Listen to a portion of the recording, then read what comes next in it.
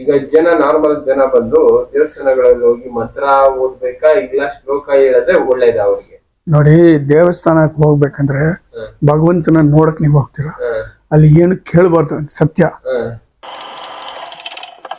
ಶ್ರೀ ಗುರುಭ್ಯೋ ನಮಃ. ಗುರು ಅಮರ. ತುಂಬಾ ದಿನ ಆಗೋಯ್ತು ಮಾತಾಡಿ ನಿಮ್ಮ ಹತ್ರ. ಅದರಲ್ಲಿ ಎಷ್ಟೋ ಜನಕ್ಕೆ ನಿಮ್ಮ ಕಾಂಟ್ಯಾಕ್ಟ್ ಸಿಗದೆ ಇರೋದಕ್ಕೆ ಈಗ ಕೇಳ್ತಾನೆ ಇದ್ರು ಸರ್ ಜೊತೆ ಮಾತಾಡಿ ಅಂತ. ಅದರಲ್ಲಿ ಎಷ್ಟೋ ಜನ ಪ್ರಶ್ನೆಗಳು ಕೇಳ್ತಾ ಇರ್ತಾರೆ. ಕೆಲವೊಂದು ಅದ್ರಲ್ಲಿ ಬಂದು ಡಿವೈನ್ ಸಾಧನ ಅಂದ್ರೆ ಏನು, ಯಾವ ರೀತಿ ಮಾಡೋದು ಅಂತ ಫಸ್ಟ್ ಆಫ್ ಆಲ್ ಮೊದಲೇ ನಾವು ಹೇಳಿದೀವಿ, ಡಿವೈನ್ ಸಾಧನ ಅಂದ್ರೆ ಸ್ಪಿರಿಚುವಲಿಸಮ್ ನಲ್ಲಿ ಆ ಸ್ಪಿರಿಚುವಾಲಿಟಿ, ಆ ಟ್ರೂತ್, ಆಧ್ಯಾತ್ಮಿಕ ಆ ಸತ್ಯವನ್ನು ತಿಳ್ಕೋಬೇಕಂದ್ರೆ ಫಸ್ಟ್ ನಾನು ಯಾರು ಅಂತ ತಿಳ್ಕೋಬೇಕು. ಇದು ಮೇನ್ ಆ ಡಿವೈನ್ ಸಾಧನ ಮಾಡ್ಬೇಕಾಗಿರೋದು. ಅದನ್ನ ಬಿಟ್ಬಿಟ್ಟು ಬೇರೆ ಏನೇನೋ ಮಾಡ್ತಾ ಇದಾರೆ ಎಲ್ರು. ಹಠ ಯೋಗ, ಸಿದ್ಧಿಗಳು, ಅದು ಯಜ್ಞ ಹೋಮಗಳು, ಬೇರೆ ಬೇರೆ ತರ ಧ್ಯಾನಗಳು, ಪಿರಮಿಡ್ ವ್ಯಾಲಿ ಧ್ಯಾನ, ಆ ಧ್ಯಾನ, ಈ ಧ್ಯಾನದ ಅದೆಲ್ಲ ಎಲ್ಲೂ ಏನು ಮಾಡಿದ್ರೂ ನಿಮ್ಗೆ ಕೊನೆಯಲ್ಲಿ ಸತ್ಯ ತಿಳ್ಕೊಳಕ್ ಆಗಲ್ಲ. ನೀವು ಯಾರು ಅಂತ ತಿಳ್ಕೊಬೇಕಂದ್ರೆ ಸಿಂಪಲ್, ಯಾವ ಗುರು ಏನು ಬೇಕಾಗಿಲ್ಲ. ನೀವು ಒಂದ್ ಕಡೆ ಕೂತ್ಕೊಂಡು ಕಣ್ಣು ಮುಚ್ಕೊಂಡು ಯಾವ್ದಾದ್ರು ಒಂದು ಆಸನ ಆರಾಮ ಮಾಡ್ಕೊಂಡು ನಾರ್ತ್ ಫೇಸಿಂಗ್ ಕೂತ್ಕೊಂಡು ನೀವು ಒಳಗಡೆ ಹೋಗಿ ನಾನು ಯಾರು ಅಂತ ಪ್ರಶ್ನೆ ಮಾಡ್ತಾ ಇದ್ರೆ ಈ ತರ ನಿಮಗೆ ಸತ್ಯ ನಿಮಗೆ ಗೊತ್ತಾಗ್ತದೆ. ನಿಮ್ಮಲ್ಲಿರೋ ಆತ್ಮ ಜಾಗೃತ ಆಗಿ ಅದು ನಿಮಗೆ ಆನ್ಸರ್ ಮಾಡ್ತದೆ. ಆವಾಗ ನಿಮ್ಗೆ ಸೆಲ್ಫ್ ರಿಯಲೈಸೇಷನ್ ಆಗ್ತದೆ. ಆವಾಗ ಅದು ಆಕ್ಚುಯಲ್ ಡಿವೈನ್ ಸಾಧನ ಅದು. ಬಟ್ ಅದು 1 ದಿವಸ ಅಲ್ಲ, 2 ದಿವಸ ಅಲ್ಲ, 1 ತಿಂಗಳಲ್ಲ, 2 ತಿಂಗಳಲ್ಲ, 1 ವರ್ಷ ಅಲ್ಲ, 2 ವರ್ಷ ಅಲ್ಲ, 1 ಜನ್ಮ ಅಲ್ಲ, 2 ಜನ್ಮ ಅಲ್ಲ, ಹಲವಾರು ಜನ್ಮಗಳು ಆಗ್ಬೋದು. ಶುರು ಮಾಡ್ಕೋಬಹುದು. ಅದಕ್ಕೆ ಒಂದು ಸಾಕ್ಷಿ ನಾನು ಒಂದ್ಸತಿ ಗುರು ಅಮರ ಅವರ ಹತ್ರ ಮಾತಾಡ್ತಾ ಇರುವಾಗ ರಮಣ ಮಹರ್ಷಿ ಟಾಪಿಕ್ ಬಂತು. ಆವಾಗ ನಾನು ಕೇಳಿದೆ, ಸರ್ ನಾನು ರಮಣ ಮಹರ್ಷಿ ಆಗ್ಬೋದಾ ಅಂತ. ಅವ್ರು ಸ್ಮೈಲ್ ಮಾಡಿಬಿಟ್ಟು, ಎಸ್ ಸತೀಶ್ ನೀವು ಆಗ್ಬೋದು, ಆದ್ರೆ ನಲ್ಲಿ ಒಂದು ಕಂಡೀಷನ್ ಇದೆ. ಏನಂತ ಗೊತ್ತಾ, ಅವ್ರು ರಮಣ ಮಹರ್ಷಿ ಬಂದು ಹಲವಾರು ಬರ್ತ್ಗಳು ತಗೊಂಡು ಇದು ಅವ್ರ ಲಾಸ್ಟ್ ಬರ್ತ್, ಈ ಅಲ್ಟಿಮೇಟ್ ಇದಕ್ಕೆ ಬಂದಿದ್ದಾರೆ. ಅದಕ್ಕೆ ಅವರು ತಿಳ್ಕೊಂಡಿದ್ದಾರೆ ಅವ್ರು ಯಾರು ಅಂತ. ಅವರು ಪರಬ್ರಹ್ಮವನ್ನು ಎಕ್ಸ್ಪೀರಿಯನ್ಸ್ ಮಾಡಿದ್ದಾರೆ. ಅವರು ಪರಬ್ರಹ್ಮಕ್ಕೆ ಹೋಗ್ತಾ ಇದ್ದಾರೆ. ನೀನು ಈ ಜನ್ಮದಲ್ಲಿ ಆಗಲ್ಲ, ನೀನು ಇನ್ನು ಸ್ವಲ್ಪ ಬರ್ತ್ ತಗೋಬೇಕು, ಆಮೇಲೆ ನೀನು ಆ ಪೊಸಿಷನ್ಗೆ ಬರ್ತೀಯ ಅಂತ. ಸೊ ಇದು ಡಿವೈನ್ ಸಾಧನ ಅಂದ್ರೆ. ಕೆಲವರೆಲ್ಲ there are lot of varieties of dhyana ಮಾರ್ಗಗಳಿದೆ.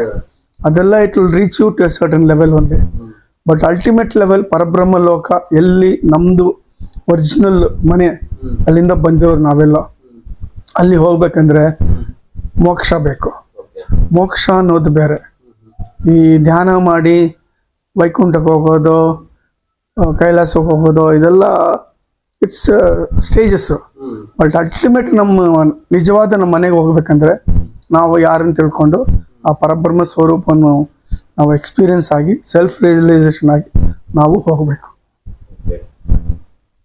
Sir, ಮಂತ್ರ ಮತ್ತೆ ಶ್ಲೋಕ ಹೇಳೋದ್ರಿಂದ ಏನ್ ಫಲಗಳು ಸಿಗುತ್ತೆ? ಡಿಫ್ರೆನ್ಸ್ ಏನು ಮಂತ್ರ ಹೇಳೋದ್ರಿಂದ? ನೋಡಿ, ಶ್ಲೋಕಗಳು ಬಂದು ಇಟ್ ಈಸ್ ಋಷಿಗಳು ಕೊಟ್ಟಿದ್ದಾರೆ. ಅದು the description of divinity in different ways.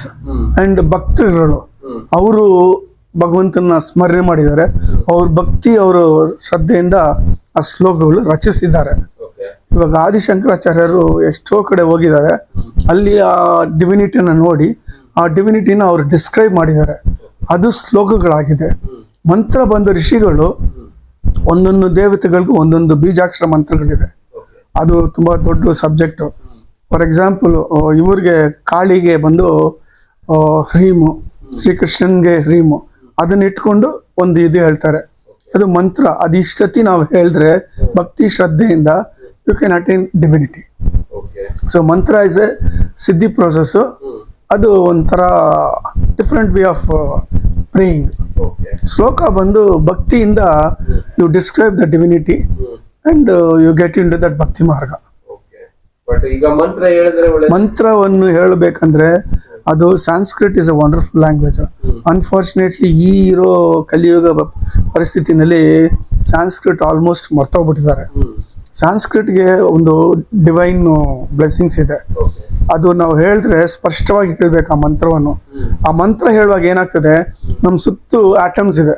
Okay ಆ ಆಟಮ್ಸ್ ನೋಡಿ, ಬೇಸಿಕಲಿ ಸೌಂಡ್ ಇಸ್ ಇಂಪಾರ್ಟೆಂಟ್. ನಾದ ಬಿಂದು ಕಳ ಅಂತಾರೆ. ಸೊ ಆ ನಾದ ಬಂದು ವೆರಿ ಇಂಪಾರ್ಟೆಂಟ್. ಅದು ಓಂಕಾರ ಸ್ವರೂಪ, ಅದು ಪರಬ್ರಹ್ಮ ಸ್ವರೂಪ. ಅದು ಎಲ್ಲಿನೂ it is pervaded, it is all. ನೀವು ಸೈಲೆಂಟ್ ಆಗಿ ಕೂತ್ಕೊಂಡು ಒಂದ್ ಕಡೆ ಹೋಗ್ಬಿಟ್ಟು ನೀವು ಸ್ವಲ್ಪ ಹೊತ್ತು ಕಾನ್ಸಂಟ್ರೇಟ್ ಮಾಡಿದ್ರೆ you can hear the sound. ಸಮುದ್ರದ ಹತ್ರ ಹೋಗ್ತಿರಲ್ಲ, ಅಲ್ಲಿ ಕೂತ್ಕೊಂಡ್ರೆ ನಾವು ಅಲೆಗಳು ಬರ್ತದಲ್ಲ, ಆವಾಗಲೂ ಓಂಕಾರ ನೀವು ಕೇಳ್ಬೋದು ನೀವು. ಸೊ ನಾವು ಆ ಮಂತ್ರ ಹೇಳುವಾಗ ಓಂ ಹ್ರೀಂ ಬ್ರಹ್ಮಣೇ ನಮಃ ಅಂತೀವಲ್ಲ, ಹ್ರೀಂ ಅಂತೀವಲ್ಲ, ಆವಾಗ ಆಟಮ್ ನಮ್ಮಲ್ಲಿ ಮುಂದ್ಗಡೆ ಇದೆಯಲ್ಲ ಅದು ಸ್ಪ್ಲಿಟ್ ಆಗ್ತದೆ.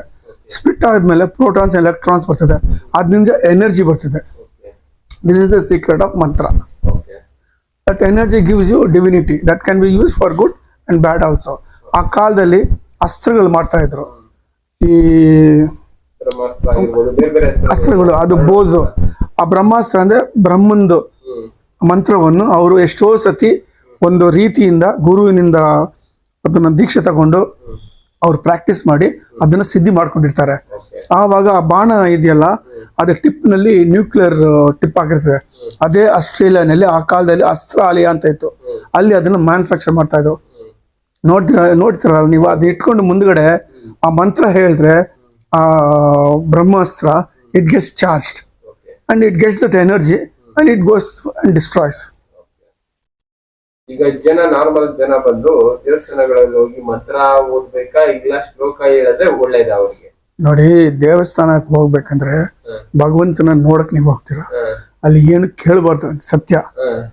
ನಮ್ ಗುರುಗಳು ಕ್ಲೀನ್ ಆಗಿ ಹೇಳ್ತಾರೆ, ಹೋದ್ರೆ ಅಲ್ಲಿ ಕೈ ಮುಗಿದು ಅವ್ರ ಮುಂದೆ ನಿಂತ್ಕೊಂಡು ಅವ್ರ ಅಲಂಕಾರ ಫುಲ್ ನೋಡಿ, ಮೇಲ್ಗಡೆಯಿಂದ ಕೆಳಗಡೆ ನೋಡಿ ಕೈ ಹಿಂಗ್ ಇಟ್ಟಿರ್ತಾರೆ. ಭಗವಂತ ಹೇಳ್ತಾನೆ, ನನ್ನ ಪಾದಕ್ಕೆ ನೀನು ಸರೆಂಡರ್ ಆಗು, ನಾನು ನಿನ್ನ ನೋಡ್ಕೊಳ್ತೀನಿ ಅಂತ.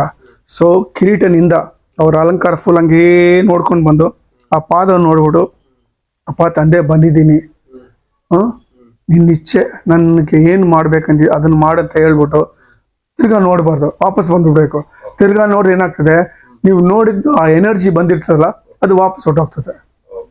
ಸೊ ಇದು ಆಕ್ಚುಲಿ ಮಾಡ್ಬೇಕು. ಅಲ್ಲಿ ಹೋಗ್ಬಿಟ್ಟು ನನ್ನ ಮನೆ ಬೇಕು, ನನಗೆ ಕಾರ್ ಬೇಕು, ನನಗೆ ಡೈಮಂಡ್ ನೆಕ್ಲೆಸ್ ಬೇಕು, ಇದೆಲ್ಲ ಕೇಳಿದ್ರೆ ಭಗವಂತ ಕೊಡಲ್ಲ. ಭಗವಂತ ಸರ್ವವ್ಯಾಪಕಿ. ನೀವು ಬಂದ್ರೇನೆ ಅವ್ನಿಗೆ ಗೊತ್ತಾಗ್ಬಿಡ್ತದೆ ಏನು ನಿಮ್ಗೆ ಬೇಕು ಅಂತ. So we should give the option two him. He knows best and better what he can give. ಯಾಕಂದ್ರೆ ನಮ್ದು ಕರ್ಮಗಳು ಎಷ್ಟು ಬರ್ತದೆ, ಎಷ್ಟೋ ಜನ್ಮದಿಂದ ಅದು ತಡೆ ಆಗ್ತಿರ್ತದೆ. ಸೊ ಅದು ಯಾವಾಗ ಕರೆಕ್ಟ್ ಅಂತ ಅವ್ರಿಗೆ ಗೊತ್ತು, ಭಗವಂತನ್ಗೆ. ಅದನ್ನ ಪ್ರಕಾರ ನಮ್ಗೆ ಕೊಡ್ತಾನೆ ಅವನು. ಇವಾಗ ಹೋಗಿದ್ದು ನೀವು ಬೇಡ್ಕೊಂಡಿದ್ ಕೂಡಲೇ ನಿಮ್ಗೆ ಫಲ ಸಿಕ್ಕಲ್ಲ, ಯಾಕಂದ್ರೆ ನಮ್ ಕರ್ಮ ಇದೆ, ಅಡ್ಡ ಬರ್ತದೆ. ಸೊ ಅದು ಕಳಿಕ್ಕೆ ಅವರು ಕಾಯ್ತಾರೆ. ಅದಕ್ಕೆ ಹೇಳ್ತಾರೆ, your prayer is not denied but it is delayed by god ಅಂತ. ಖಂಡಿತ ಕೊಡ್ತಾನೆ. ನೀವು ಒಂದ್ಸತಿ ರಾಮ ಅಂತ ಹೇಳಿದ್ರೆ ಅದಕ್ಕೆ ಫಲ ಇದೆ. ಅದು ಯಾವಾಗ ಫಲ ಬರ್ತದೋ ಅದು ನಿಮ್ಮ ಕರ್ಮಾನುಸಾರ ಬರ್ತದೆ. ಅದು ಈಗ ರಾಮ ಜ್ಞಾಪಕ ಬಂತು. ಮೊನ್ನೆ ಯಾವ್ದೋ ಒಬ್ರು ಈಗ ದೇವಸ್ಥಾನ ಪೂಜಾರಿ ಮಾತಾಡ್ತಾ ಇರುವಾಗ ರಾಮ ರಕ್ಷಾ ಸ್ತೋತ್ರ ಓದಿದ್ರೆ ಏನೋ ಒಂದು ಫಲ ಸಿಗುತ್ತೆ. ಅದು ಸಿಗ್ತದೆ ಖಂಡಿತ. ಈ ಸ್ತೋತ್ರಕ್ಕೂ ಮಂತ್ರಕ್ಕೂ ಏನ್? ರಾಮ ಅನ್ನೋದು ತಾರಕ ಮಂತ್ರ, ಅದು ಋಷಿಗಳು ಕ್ರಿಯೇಟ್ ಮಾಡಿರೋದು. ಈ ಸ್ತೋತ್ರ ಬಂದ್ಬಿಟ್ಟು ನಾನು ಹೇಳ್ದನಲ್ಲ, ಋಷಿಗಳು ಭಕ್ತರು ಕಾಳಿದಾಸ್ ತರ ಅವರು ಕ್ರಿಯೇಟ್ ಮಾಡಿರೋದು. ಆ ಸ್ತೋತ್ರನ ಓದಿ ಅಂತ ಹೇಳೋದು. ಆ ಸ್ತೋತ್ರ ಓದಿದ್ರೆ ಅದಕ್ಕೆ ಫಲ ಇದೆ. ಸಿ ಡಿವಿನಿಟಿ ಬಂದು ನೀವು ಹೃದಯದಿಂದ ಏನ್ ಹೇಳಿದ್ರೇನು ಅವ್ರು ಅಕ್ಸೆಪ್ಟ್ ಮಾಡ್ತಾರೆ. ಶ್ರೀ ಕೃಷ್ಣ ಭಗವದ್ಗೀತೆಯ ಕೊನೆಯಲ್ಲಿ ಏನ್ ಹೇಳ್ತಾನೆ ಗೊತ್ತಾ? ಯಾರೊಬ್ರು ನನ್ನ ಹೃದಯದಿಂದ ನನ್ನ ಭಕ್ತಿ ಶ್ರದ್ಧೆಯಿಂದ ನನ್ನ ಸ್ಮರಣೆ ಮಾಡ್ತಾರೋ ಅವರನ್ನು ನಾನು ಕನೆಕ್ಟ್ ಆಗ್ತೀನಿ, ಅವ್ರಿಗೆ ನನ್ನ ಅನುಗ್ರಹ ಪಡೀತದೆ.